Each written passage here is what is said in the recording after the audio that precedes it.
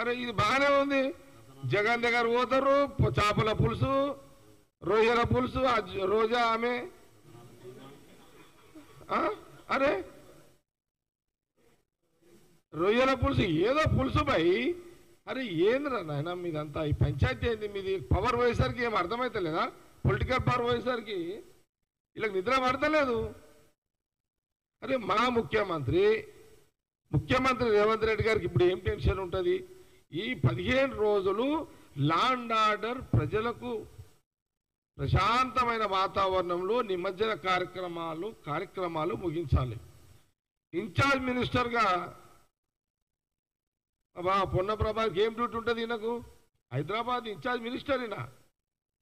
ఇప్పుడు incharge minister Ponnam Prabhakar గారు ఈ వినాయకుల కాడ శాంతి ప్రజలు కాపాడాలా, మీ పంచాయతీలు చూసుకుంటే మిమ్మల్ని చూడాలా?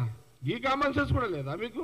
అంటే ఒక బాధ్యత గల ఒక రాజకీయ పార్టీ బాధ్యతలను విస్మరించి బాధ్యతలను తుంగల దొక్కి మీరు వినాయకుల టెన్షన్ ఎంత ఉంటుందంటే మేము ఫీల్డ్లో ఉంటే మాకు తెలుసు. మీకేమో వినాయక మంటపాలు పెట్టారు మీరు టీఆర్ఎస్ వాళ్ళు. మీరు ఆడ పోయి కూర్చునేది లేదు, వచ్చేది లేదు.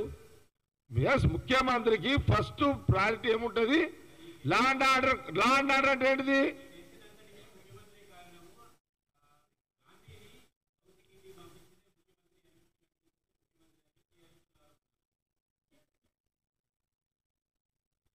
మళ్ళీ చెప్పది.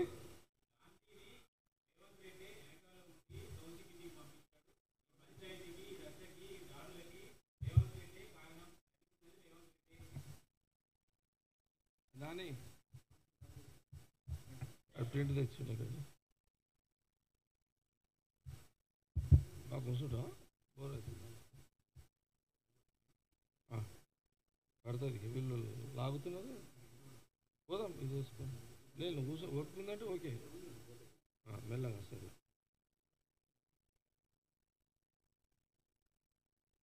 ఎందుకంటే ఇది కొంత టైం తీసుకుంటున్న ప్రెస్ మీట్కి.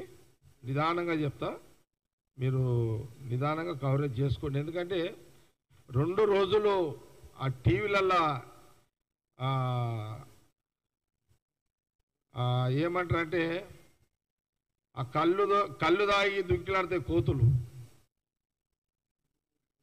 కళ్ళు దాగి కోతులు దుంకులాడితే తెలుసా మీకు ఎట్లా దుంకులాడితేవి? ఈ 2 రోజులు బీఆర్ఎస్ నాయకుల ప్రవర్తన అట్లా కనబడ్డది నాకైతే. నువ్వు ఓకే.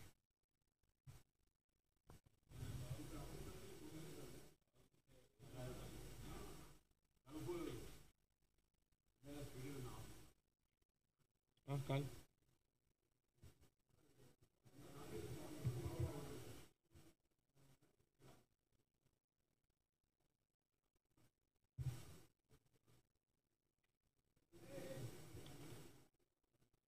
चलो ले स्टोरी ले चल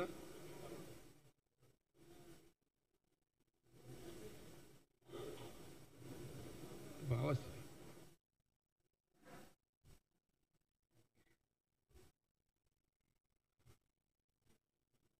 మీరందరూ ప్రెస్ మీట్కి ఇంట్రెస్టా?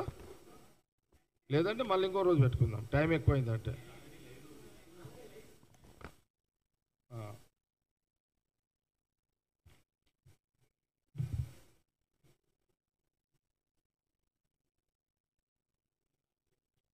ఏంది సారీ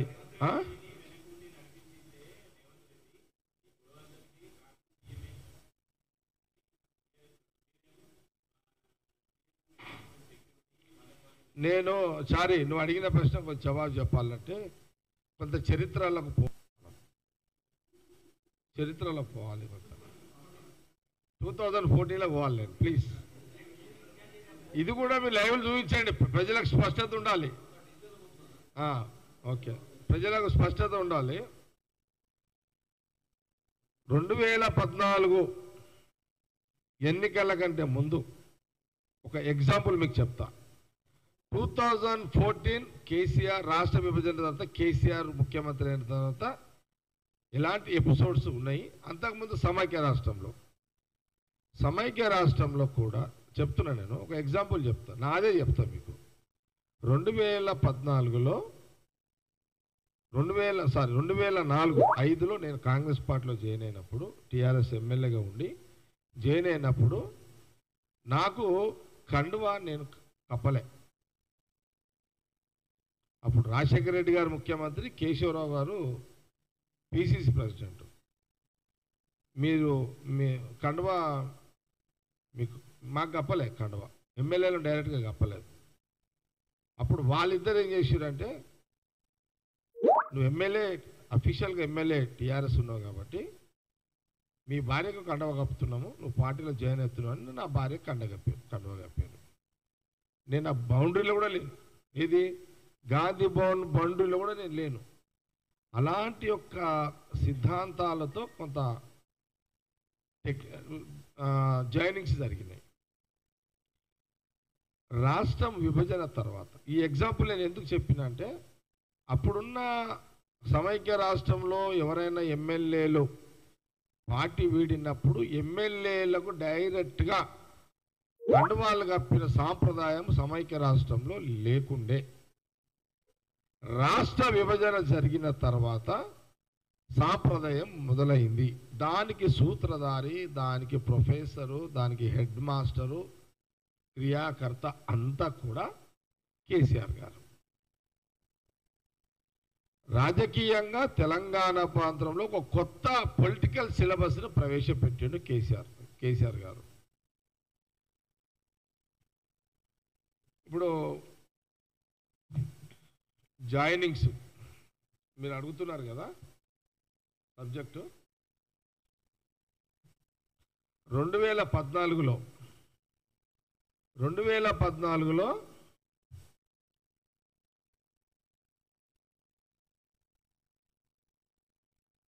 అచ్చా 2014 నుంచి 2018 వరకు ఎంపీలు 4, ఎవరు కాంగ్రెస్ ఎంపీలు, అంతేనా? అది ఎమ్మెల్యేస్ మొత్తం ఎమ్మెల్యేలు 25, ఎమ్మెల్సీలు 18 మంది, మొత్తం 47 మంది. ఎంపీలు 4, 25 మంది ఎమ్మెల్యేలు, 18 మంది ఎమ్మెల్సీలు, టోటల్గా 47 మందిని కాంగ్రెస్ పార్టీకి సంబంధించిన ఇంక్లూడింగ్ ఆల్ పార్టీస్. ఇందులో ఏ పార్టీ చూడండి, 2014లో కాంగ్రెస్ నుంచి 7 మంది ఎమ్మెల్యేలను డైరెక్ట్గా కండువా కప్పాడు కేసీఆర్, కండువనే కప్పేసాడు. టీడీపీ నుంచి 12 మందిని తీసుకున్నారు ఎమ్మెల్యేలని, వాళ్ళకు కండువాలు కప్పారు. వైఎస్ఆర్సీపీ పార్టీకి సంబంధించిన 3 వాళ్ళకు డైరెక్ట్గా కేసీఆర్ కండువాలు కప్పిండు. సిపిఐ నుంచి 1 తీసుకున్నారు. Congress, TDP, YSRCP, BSP and CPI 5 పార్టీలకు సంబంధించిన ఎమ్మెల్యేలని డైరెక్ట్గా కేసీఆర్ కండువా కప్పి జాయినింగ్ చేసుకున్నాడు. తీసుకునడమే కాదు, ఇందులో నుంచే చాలా మంది మినిస్టర్స్ కూడా అయ్యారు. ఈరోజు మీరు మాట్లాడుతున్నారు కదా, ఇప్పుడు ముఖ్యమంత్రి రేవంత్ రెడ్డి గారి నుంచి మీరు మాట్లాడుతున్నారు కదా, ఆ రోజు కేసీఆరే కదా దీనికి ఇలాంటి సాంప్రదాయాలు తెలంగాణలో తీసుకొచ్చింది కేసీఆరే కదా, మీ క్రెడిటే కదా, మీరే కదా ఇవన్నీ తీసుకొచ్చి పెట్టి అందరికీ నేర్పించింది. దీనికి జవాబు చెప్పండి. పోనీ దీని మీద ఏదన్నా మా పార్టీ నాయకులతో డిబేట్ పెట్టుకోండి ఒకసారి.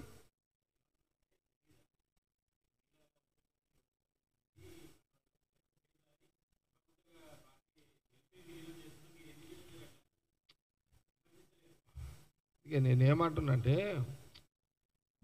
ఇప్పుడు కొత్త సిస్టాన్ని తీసుకొచ్చి